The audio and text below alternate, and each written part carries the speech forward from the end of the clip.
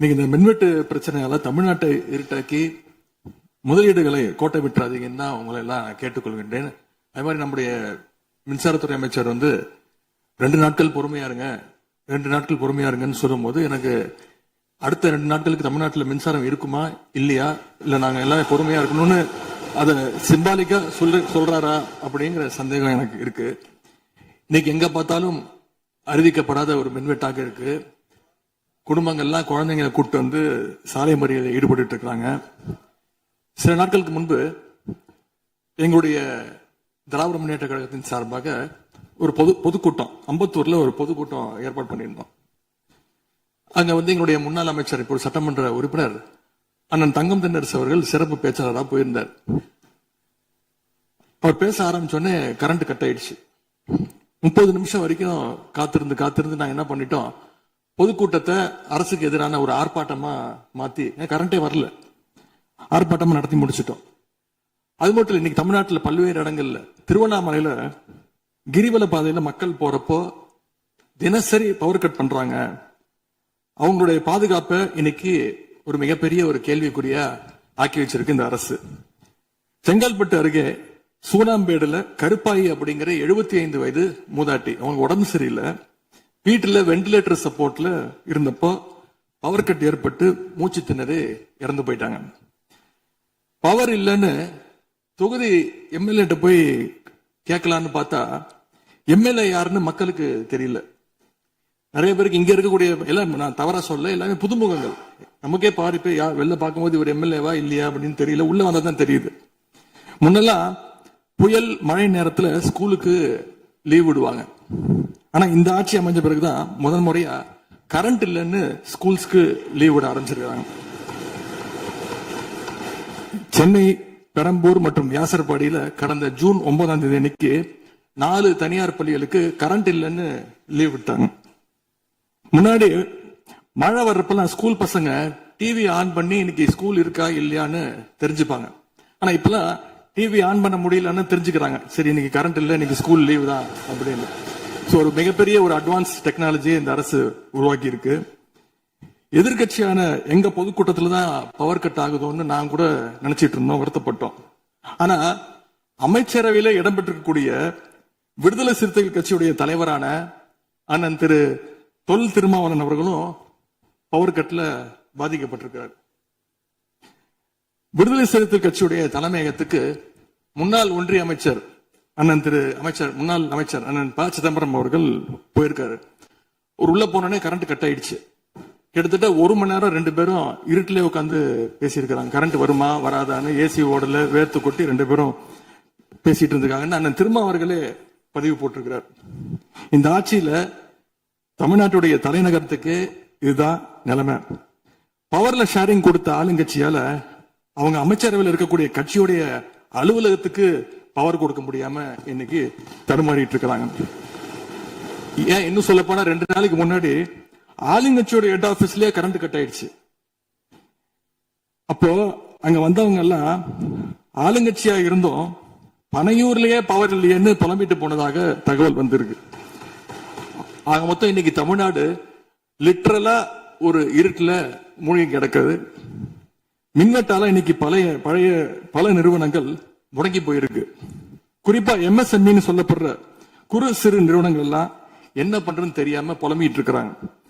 ஏற்கனவே மேட்டூர்ல ஜூன் 12ஆம் தேதி நீங்க தண்ணி திறந்து விட்டுருக்கணும், திறந்து விடல. மின்வெட்டால மோட்டார் பம்ப் செட் மூலமும் விவசாயம் பண்ண முடியலன்னு விவசாயிகள் இன்னைக்கு போராடிட்டு இருக்கிறாங்க. மின்வெட்டுக்கு ஒவ்வொரு நாளும் ஒவ்வொரு விளக்கத்தை இந்த அரசு சார்பாக கொடுத்துட்டு இருக்கிறீங்க. லோடு அதிகமா இருக்குன்னு சொன்னாங்க. இன்னும் ஒரு படி மேல போய் இன்னைக்கு ஃபியூஸ் கேரியர் எடுத்துட்டு போயிடுறாங்கன்னு சொல்லிட்டு இருக்கிறாங்க. இப்படி சொன்னதும் இந்த ஆட்சிக்கு வெளியில இருந்து ஆதரவு கொடுக்கக்கூடிய மார்க்சிஸ்ட் கம்யூனிஸ்ட் கட்சியை சேர்ந்த எழுத்தாளர் திரு ஆதவன் தீட்சணே அவர்கள் ஒரு பதிவு போட்டிருக்கிறார். என்ன தெரியுமா எழுதியிருக்கிறாரு, கேரியரின் உச்சத்தில் ஆரம்பித்து டிஃபன் கேரியர்ல போய் நின்று இன்னைக்கு ஃபியூஸ் கேரியர்ல முடிந்திருக்கக்கூடிய ஆட்சி அப்படின்னு திரு ஆதவன் தீட்சண்டே எழுத்தாளர் மார்க்சிஸ்ட் கம்யூனிஸ்ட் கட்சி அவர் சேர்ந்தவர் பதிவு போட்டிருக்கிறார். பவர் கட்டுக்கு இவங்க சொல்ற காரணங்கள் எதையுமே மக்கள் ஏத்துக்கலன்னு தெரிஞ்சதும் இவங்களோட வழக்கமான ஒரு ஆயுதத்தை கையில் எடுத்துட்டாங்க. என்ன தெரியுமா அது ஆயுதம்? எல்லாத்துக்கும் திமுக தான் காரணம் அப்படின்னு சொல்றது. இப்ப பவர் கட்டுக்கும் திமுக தான் காரணம்னு சொல்ல ஆரம்பிச்சுட்டாங்க. இப்படி பழி போடுறதுல காட்டுற வேகத்தை பவரை மீண்டும் கொண்டு வரதுல காட்டினா கொஞ்சம் சிறப்பா இருக்கும். எங்க ஆட்சியில ஏற்படாத மின்வெட்டு இந்த ஆட்சியில தொடர்ந்து இவ்வளவு அதிகமாக ஏற்பட என்ன காரணம்? அரசுடைய நிர்வாக திறமையின்மையா, இல்ல உண்மையிலேயே ஏதாவது டெக்னிக்கல் இஷ்யூஸ் இருக்கா? அப்படி ஏதாவது இருந்தா அதை தீர்க்க இந்த அரசுக்கு இன்னும் எத்தனை நாள் தேவைப்படும்? இந்த நிலைமை தொடராம இருக்க என்ன நடவடிக்கை எடுக்க போறீங்கன்னு முதலமைச்சர் அவர்கள் தன்னுடைய பதிலுரையில சொல்லணும். ஒரே ஒரு ஆறுதல், ஒரே ஒரு மகிழ்ச்சியான செய்தி என்னன்னா, ஆளுநர் உரையின் பொழுது சட்டமன்றத்தில் பவர் கட் ஆகல. அதுக்கு இந்த அரசை பாராட்டலாம்னு நான் நினைச்சேன். அப்படி நினைக்கும் போது பாத்தீங்கன்னா சட்டசபை நிகழ்ச்சியை லைவ்ல கட் பண்ணிட்டாங்க. இன்னைக்கு லைவ்ல வந்துட்டு இருக்கா அப்படின்னு எனக்கு தெரியல, கொடுத்திருக்கிறதா சொன்னாங்க. பண்பு பேரவைத் தலைவர் அவர்களே, எங்களுடைய திராவிட மாடல் ஆட்சி நடந்தப்போ 5 வருஷமும் நாங்க குறுவை சாகுபடிக்காக மேட்டூர்ல இருந்து சொன்ன தேதியில தண்ணீர் திறந்து விட்டுருக்கிறோம். ஆனா புதிய அரசு ஆட்சிக்கு வந்திருக்கக்கூடிய இந்த சமயத்துல மேட்டூர் அணையில நீர் திறக்கிற அளவுக்கு அங்க தண்ணீர் இல்ல. குறிப்பா ஜூன் மாசத்துல 9.91 டிஎம்சி தண்ணீரை தமிழ்நாட்டுக்கு திறந்து விடணும்னு காவிரி நதிநீர் மேலாண்மை ஆணையம் கர்நாடகாவுக்கு உத்தரவு போட்டது. ஆனா இந்த நிமிஷம் வரைக்கும் அந்த உத்தரவை கர்நாடகா நிறைவேற்றல. அதை நிறைவேற்ற முதலமைச்சர் என்ன செய்ய போறாருன்னு பதிலுரையில சொல்லணும். அதேபோல் டெல்டாவில் 6 லட்சம் ஹெக்டேர் அளவுக்கு குறுவை சீசன்ல குறுவை சாகுபடி ஆகும். இந்த முறை மேட்டூர் அணையில தண்ணீர் திறக்காதனால அரசு அறிவிச்சிருக்கக்கூடிய குறுவை சிறப்பு தொகுப்பு ஸ்பெஷல் பேக்கேஜ் 134 கோடி ரூபாய்க்கு அறிவிச்சிருக்கீங்க. அது பத்தலன்னு இன்னைக்கு விவசாயிகள் போராடிட்டு இருக்கிறாங்க. சிறப்பு தொகுப்பு கஷ்டத்தை போக்காது, உரிய நிவாரணத்தை விரைவா அறிவிக்கணும்னு விவசாயிகள் எல்லாம் போராடிட்டு இருக்கிறாங்க. அதனால் டெல்டா விவசாயிகளின் சார்பாக ஒரு கோரிக்கையை முதலமைச்சர் அவர்களுக்கு வைக்க விரும்புகிறேன். தமிழ்நாடு முழுக்க போராடிட்டு இருக்கக்கூடிய அனைத்து விவசாய சங்க பிரதிநிதிகளையும் அழைச்சு முதலமைச்சர் அவசரமாக ஒரு ஆலோசனை கூட்டத்தை நடத்த வேண்டும். காலதாமதம் இல்லாம விரைவா அந்த கூட்டம் நடத்தப்பட வேண்டும்னு கோரிக்கை வைக்கிறேன். அவங்களுடைய கோரிக்கைகளை நிறைவேற்றி கொடுக்கிறதுக்கான அனைத்து நடவடிக்கைகளையும் அரசு எடுக்க வேண்டும். விவசாயிகளுக்கு இன்னொரு பெரிய பிரச்சனையும் ஏற்பட்டிருக்கு. தேர்தலுக்கு முன்பு நீங்க சொன்ன வாக்குறுதி 5 ஏக்கர் வரைக்கும் நிலம் வச்சிருக்கிற விவசாயிகளுக்கு முழுமையான பயிர்க்கடி தள்ளுபடின்னு நீங்க தான் சொன்னீங்க. ஆனா விவசாயிகளை இன்னைக்கு சிறு குறு விவசாயிகள்னு பிரிச்சு அதுலயே நிறைய ஸ்லாப்ஸ் ஏற்படுத்தி வச்சிருக்கிறீங்க.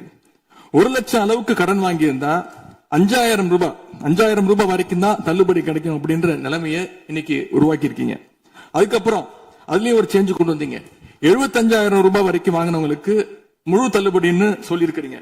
இப்போ அதுல இன்னொரு சேஞ்ச் என்னன்னா, ஒரே குடும்பத்தில் உள்ள 3 நபர்கள் வரை கடன் பெற்றிருந்தாலும் தற்பொழுது ஒரு குடும்ப அட்டைக்கு ஒரு வேளாண் கடன் மட்டுமே தள்ளுபடி செய்ய அரசாணை வழங்கப்பட்டிருக்கு. எங்களுடைய ஆட்சியில, கடந்த கால ஆட்சிகள்ல இதெல்லாம் முழு தள்ளுபடி கொடுத்திருக்கிறோம்.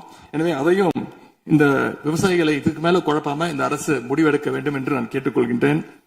அரசினுடைய இந்த ஏமாற்று அறிவிப்பை கண்டிச்சு போராட்டம் நடத்தின விவசாயிகள் மேல தடியடியும் நடத்தியிருக்கீங்க. தேர்தல் பிரச்சாரத்தின் போது முதலமைச்சர் சொன்னாரு, எனக்கு இன்னொரு ஜென்மம் இருந்தா நான் விவசாயியா பிறக்கணும்னு ஆசைப்படுறேன்னு முதலமைச்சர் சொல்லியிருக்கிறார். ஆனா இன்னொரு பக்கம் விவசாயிகள் மேல தடியடியும் நடத்தியிருக்கீங்க. விவசாயியா பிறக்க இன்னொரு ஜென்மம்லாம் தேவையில்லை, எப்ப நினைச்சாலும் போய் விவசாயி ஆயிடலாம். ஆகவே வெற்று வார்த்தைகளால விவசாயிகளை ஏமாத்தாம இந்த அரசு செயல்படணும்னு நாங்க விரும்பி கேட்டுக்கொள்கின்றோம்.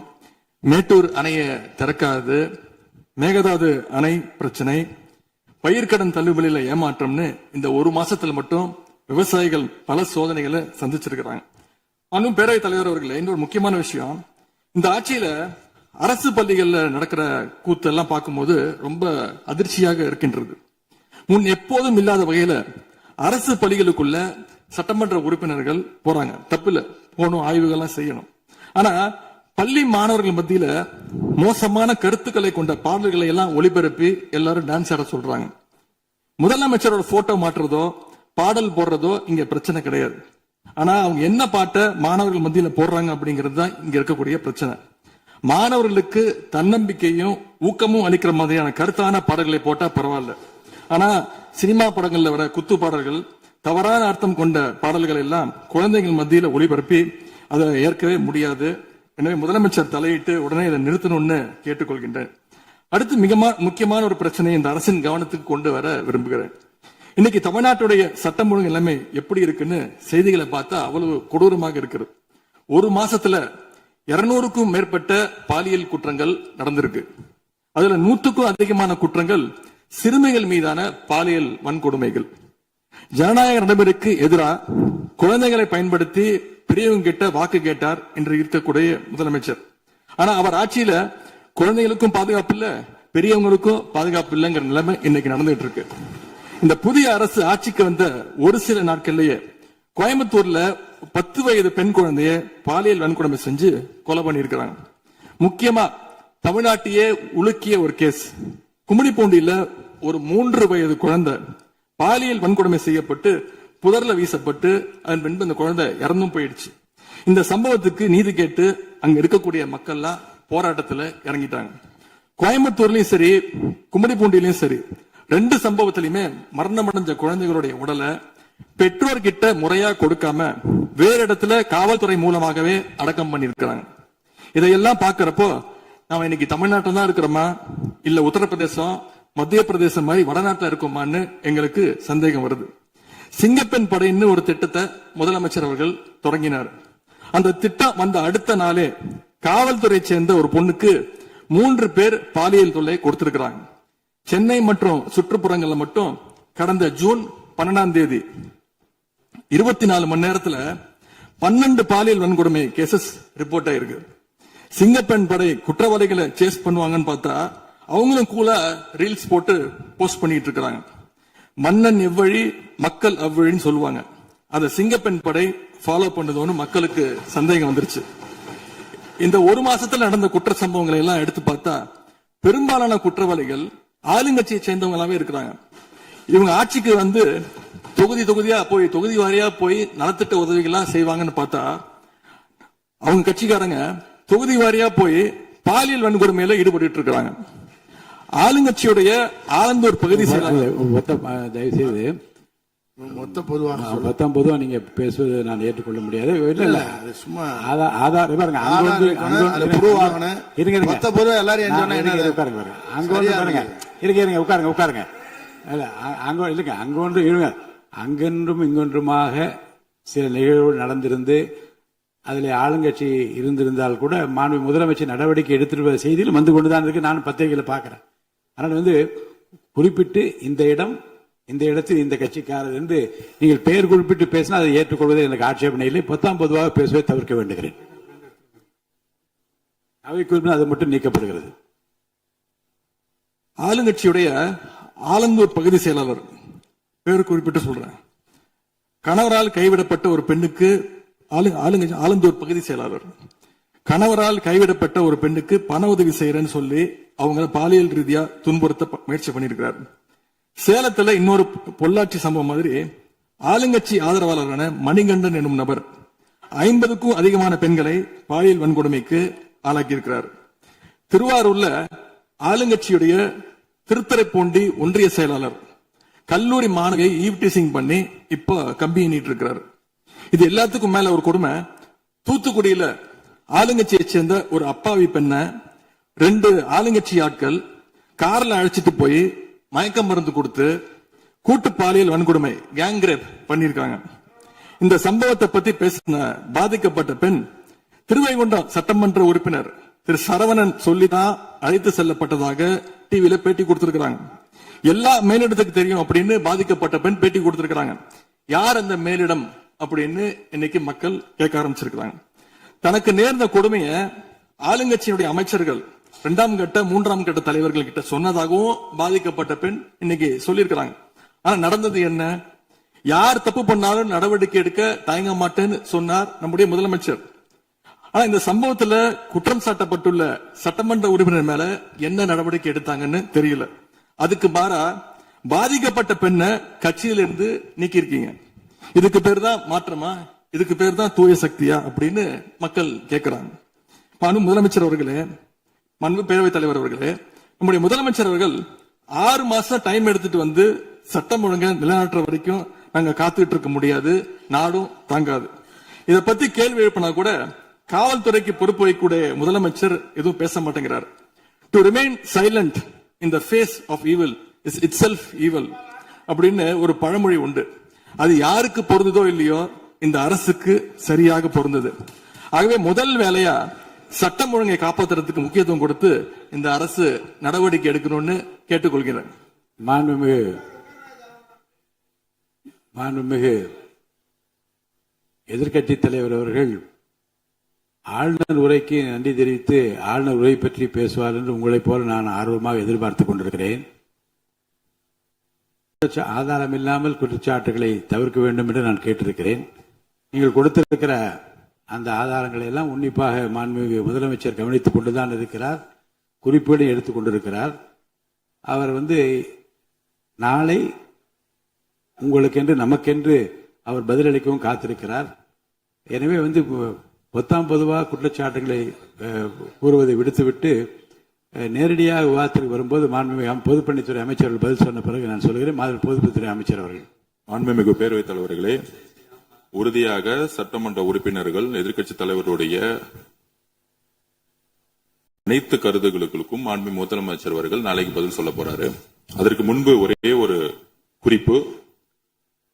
ஏன்னா போன ஆட்சியில துணை முதலமைச்சரா எதிர்க்கட்சி தலைவர் இருந்தாரு. அவருக்கு ஒரு பதிவு பண்றேன். வேணாலும் இதை இந்த அவை முடிந்த பிறகு அவரே ஆராய்ந்து சொல்லட்டும். As per the NCRP report for 2024, the number of the crimes against children reported in the state increased by the more than 40% in 2024, with 10,046 cases registered compared to 6,968 cases in 2023.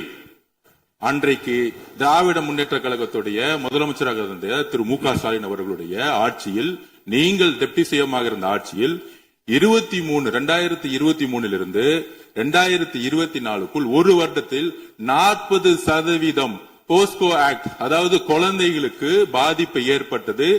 யாரோட அறிக்கைன்னா என்சிஆர்பி. இதற்கு முக்கிய காரணம் drugs. 6 வருடங்களுக்கு முன்பு drugs தமிழ்நாட்டில் கிடையாது, இது எல்லோருக்கும் தெரியும். ஆனால் இந்த 5 வருடத்தில் ட்ரக்ஸுக்கான பிரச்சனைகளை எத்தனை முறை ரிவ்யூ மீட்டிங் போட்டு சரி செய்யப்பட்டது. அன்று டெப்டி சிஎம் இருந்தவர் இந்த 40% கிட்டத்தட்ட 6,968 இருந்து 10,046 காசா இன்கிரீஸ் ஆயிருக்கு. உங்களுடைய ஆட்சியில எந்த நேரத்தில் டெப்டி சிஎம் இருந்து இந்த போஸ்கோ வழக்குகளை நீங்கள் ரிவ்யூ மீட்டிங் பண்ணி குறைச்சீர்கள்? நாங்கள் இந்த 40 நாள்ல கடுமையாக ரிஃபார்ம்ஸ் பண்ணிட்டு இருக்காரு எங்களுடைய முதலமைச்சர். ஒட்டுமொத்த காவல்துறை ரிஃபார்ம்ஸ் ஒர்க் நடந்துட்டு இருக்கு. அதுல சிங்கப்படைன்னு ஒரு கேலி கிண்டல் பேசுற மாதிரி பேசிட்டு இருக்கீங்க. அதுக்கான ரிஃபார்ம்ஸ் பண்றதுக்கு என்ன டைமோ அந்த டைம் எடுத்துட்டு ஒர்க் பண்ணிட்டு இருக்கோம். காவல்துறையுடைய ஒட்டுமொத்த ட்ரக்ஸ் இஷ்யூ கடந்த 5 வருடங்களாக நீங்க சரி செய்யல. அந்த ட்ரக்ஸ் எதிர்கொள்றவங்க தான் ரேப் பண்ணப்படுறாங்க. நீங்க சொல்றீங்க தமிழக வெற்றி கழகத்தோட ஆளுங்கட்சின்னு. திராவிட முன்னேற்ற கழகத்துல எத்தனை பேர் 2 வயசு குழந்தைகளை ரேப் பண்ண திராவிட முன்னேற்ற கழகம் ஆதாரம் இல்லாம நீங்களும் ஆதாரம் இல்லாம சொல்லக்கூடாது.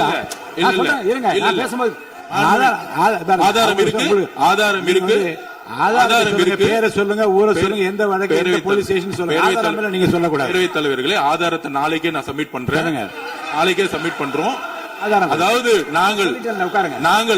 நாங்கள் பதிவு பண்ணுவது, நாங்கள் என்ன இல்ல நான் பேசி முடிச்சிடுறேன்.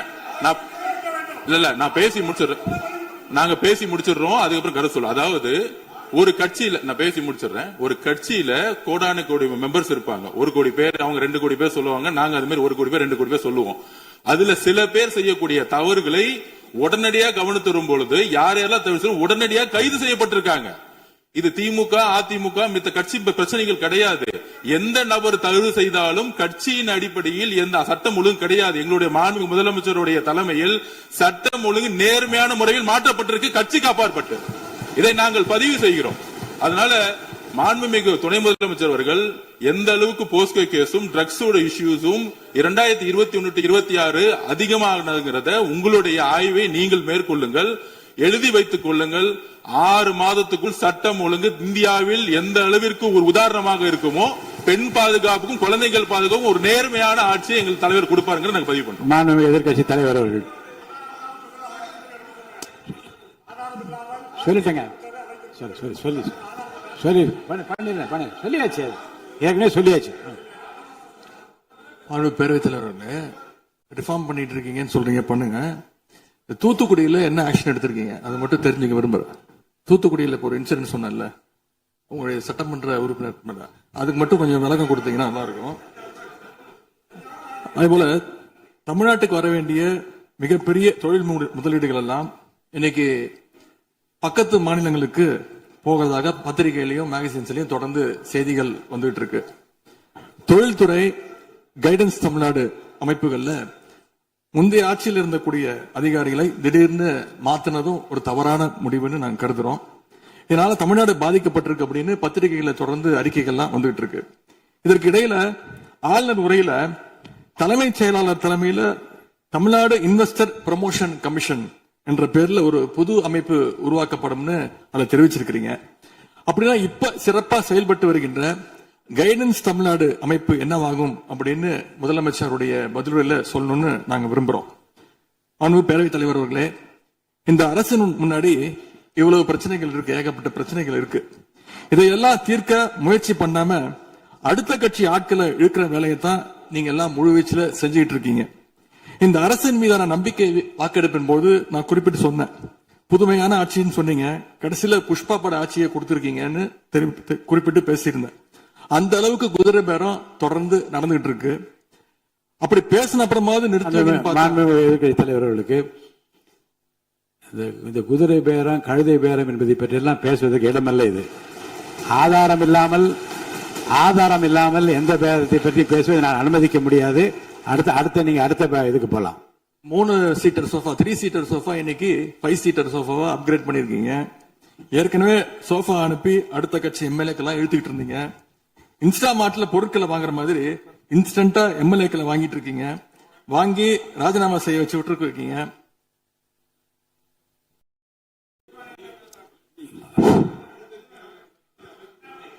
இல்ல நான் என்ன சொல்றேன், எந்த பேரத்தையும் பற்றி இங்க பேச அனுமதி கிடையாதுன்னு தான் நான் சொல்றேன். நீங்க உதாரணம் சொல்லி நீங்க திடீர்னு எடுத்தோடனே குதிரை பேரன்னு சொல்லுவது, அப்புறம் இன்னொரு பேரம் என்று சொல்லி மாண்புமிகு உறுப்பினர் வந்து சோஃபான்னு சொல்றாரு. நான் என்ன சொல்றேன்னா, எதையும் சொல்லுவதற்கு இந்த அவைக்கு உரிமை உண்டு. ஆனால் சொல்லுவதிலே உண்மை இருக்க வேண்டும். உண்மைக்கு மாறான தகவல்களுக்கு இங்க இடம் இல்லை.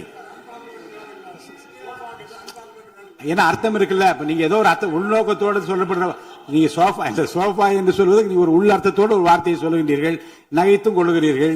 அப்ப மக்கள் அதை பற்றி என்ன நினைப்பார்கள்? சற்று விளக்கமாக ஆதாரம் இல்லாமல் சொல்லப்படுகிற எந்த வார்த்தைக்கும் எந்த குறிப்புக்கும் இங்க இடமில்லை. மாண்புமிகு எதிர்க்கட்சி தலைவர், நீங்க தொடர்ந்து பேசலாம். ஊழல் சக்தின்னு சொல்லிட்டு அதே எம்எல்ஏக்களுக்கு இன்னைக்கு ஒரு மச்சத்தை மட்டும் வச்சுட்டு இன்னைக்கு தூய சக்தியா நீங்க மாத்திட்டீங்க. அதனால எங்களுடைய தலைவர் சமீபத்தில் சொன்னாரு, தீர்ந்து போன சக்திகள்கிட்ட திருடுற அளவுக்கு காஞ்சி போன சக்தியா இன்னைக்கு இந்த ஆட்சியாளர்கள் இருக்கிறாங்க. ஆகவே இந்த குற்றச்சாட்டுகளுக்கு முதலமைச்சர் அவர்கள் தன்னுடைய பதில் உரையில அவர் விளக்கம் அளிப்பார்னு நாங்க நம்புறோம். முக்கியமா இந்த ஆள் பிடிக்கிற வேலையை நிப்பாட்டிட்டு இனியாவது ஆட்சி நிர்வாகத்துல நீங்க கான்சென்ட்ரேட் பண்ணுங்கன்னு உங்களை எல்லாம் கேட்டுக்கிறேன். அன்பு பேரவைத் தலைவர் அவர்களே, உங்களுடைய தேர்தல் முக்கியமான வாக்குறுதிகள், படிச்சு வேலை இல்லாத இளைஞர்கள் அவங்களுக்கு எல்லாம் 4500 ரூபாய் மாசம் 4500 ரூபாய் தருவேன்னு சொல்லியிருக்கிறீங்க. அது சீக்கிரம் 6 மாசத்துல கொடுங்க. மகளிருக்கு நீங்க சொன்ன உரிமை தொகை 2500 ரூபாய் உரிமை தொகை, வருஷத்துக்கு 6 கேஸ் சிலிண்டர், தாய்மாமன் சீர், இதெல்லாம் 6 மாசத்துல கொடுப்பீங்கன்னு நான் நம்புறோம். எல்லாம் எப்படி கொடுக்க போறீங்க அப்படின்னு ஒரு டைம் லைனை முதலமைச்சர் தன்னுடைய பதிலுரையில சொல்லணும்னு கேட்டுக்கிறோம்.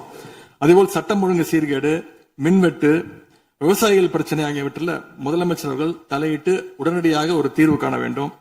ஆளுநர் உரையில இதற்கான விளக்கம் இல்லாததால முதலமைச்சருடைய பதில் உரையாவது இதெல்லாம் இருக்கும்னு நாங்க எதிர்பார்க்கிறோம். இப்ப நான் கேட்டதுக்கெல்லாம் வழக்கம் போல பழக்க தோஷத்துல எல்லாத்துக்குமே திமுக தான் காரணம்னு எங்க மேல பழிய தூக்கி போடாம தப்பிச்சுக்காம தீர்வை நோக்கியதா முதலமைச்சருடைய பதில் இருக்கணும்னு நான் விரும்பி கேட்டுக்கொள்கின்றேன். ஆளுநர் உரையில இருமொழி கொள்கை, மாநில உரிமை, சமூக நீதி, மகளிர் முன்னேற்றம்னு திமுக சொன்னதையே ப்ளூ பிரிண்டா ஃபாலோ பண்ணி இந்த அரசுடைய கொள்கை முடிவுகளா அறிவிச்சிருக்கிறீங்க. இதை நாங்க வரவேற்கிறோம். மற்றபடி ஆளுநர் உரையில தமிழ்நாட்டுடைய வளர்ச்சிக்கான ரோடு மேப் எதுவும் இல்லைன்னு கூறிக்கொண்டு முழுக்க முதலமைச்சருடைய புகழுரையாகத்தான் இந்த ஆளுநரை அமைஞ்சிருக்குன்னு சொல்லி வாய்ப்புக்கு நன்றி கூறி விடைபெறுகின்றேன். நன்றி, வணக்கம். பேரவையின் இந்திய நிகழ்ச்சிகள் இத்துடன் முடிவுற்றன. மாண்புமிகு பள்ளி கல்வித்துறை அமைச்சர் பேசுங்க பேசுங்க ஐயா, மாண்புமிகு பேரவைத் தலைவர் அவர்களே, பேசுங்க மாண்புமிகு பள்ளி கல்வித்துறை அமைச்சர் பேசுங்க. உட்காரு. மாண்புமிகு